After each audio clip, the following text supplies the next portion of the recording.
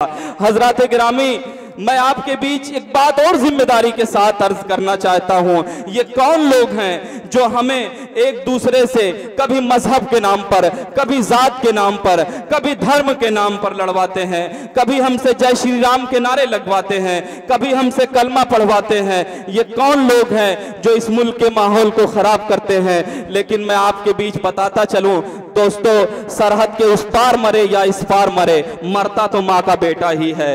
माँ के आंसुओं का कोई धर्म नहीं होता और खून का भी कोई धर्म नहीं होता।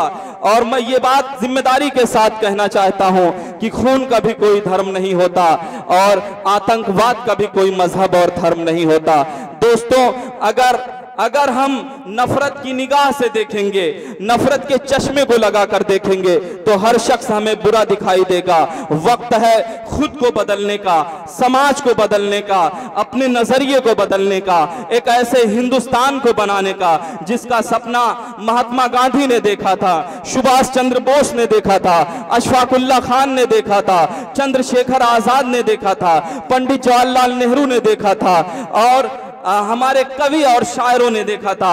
हम चाहते ये हैं कि इस माहौल को इसी तरह खूबसूरत बने देना रहना चाहिए। ये हिंदुस्तान एक खूबसूरत दुल्हन है, तो इस दुल्हन को इसकी खूबसूरती इसी तरह बरकरार रहनी चाहिए।